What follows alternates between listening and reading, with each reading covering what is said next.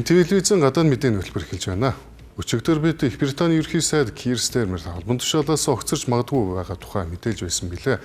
Тэгвэл энэ таамаглал биелж тэрээр өчигдөр орой Монголын цагаар ерөнхий сайдын албан тушаалаас огцорч хөдөлмөрийн намын дараагийн дарга албан тушаалыг нь авах хүртэл үүрэг гүйцэтгэгчээр ажиллах болно гэдгээ албан ёсоор хэвлэлүүдэд мэдэгдлээ.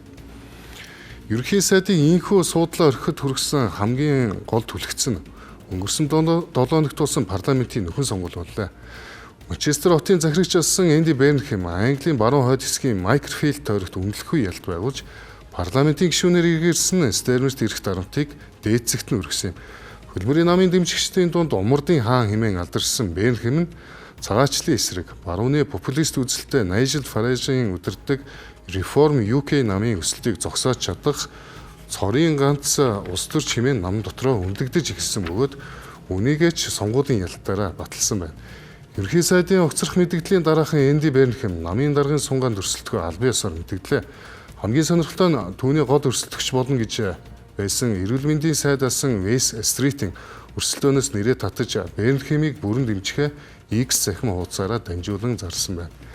Стритийн өнгөрсөн 5 дугаар сард Стермерт итгэл алдарсан хэмээн засгийн газараас гарч байсан бөгөөд одоо инхүү хүчээ нэгтгэснээр Бернхэм ямар ч өрсөлдөгчгүйгээр намын дарга цаашлаад ерөнхий сайд болох зам шулуудаж эрх мэдлийн шилжилт 50 бөгөөд хурдан явах магадлал өндөр боллоо. Шинэ ерөнхий сайд болох нь бараг тодорхой болоод буй Энди Бернхэмийн хувьд эдийн засгийн өрмөц бодлого баримталдаг.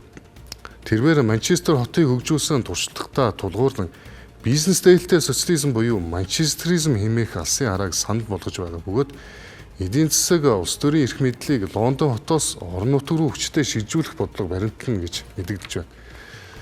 Хэвлэлүүдийн мэдээлж байгаагаар Бернхэм засгийн эрхийг авмагцаа одоогийн сангийн сайд Рэйчел Ривзийг албан тушаалаас нь чөлөөлөхөөр төлөвлөж байна.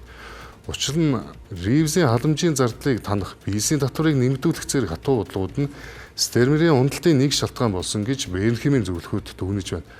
Ердөө 3 хоногийн өмнө албан тушаалаас хизээч буухгүй хэмээн мэдэгдэж байсан ерөнхий сайд Кир Стармер амралтын өдрүүдээр гэргий Викториягийн хамт Чекерс дэх эдлэнд очиж зөвлөдсөний дараа инхүү бодит байдалтай эвлэрэх шийдвэр гаргажээ.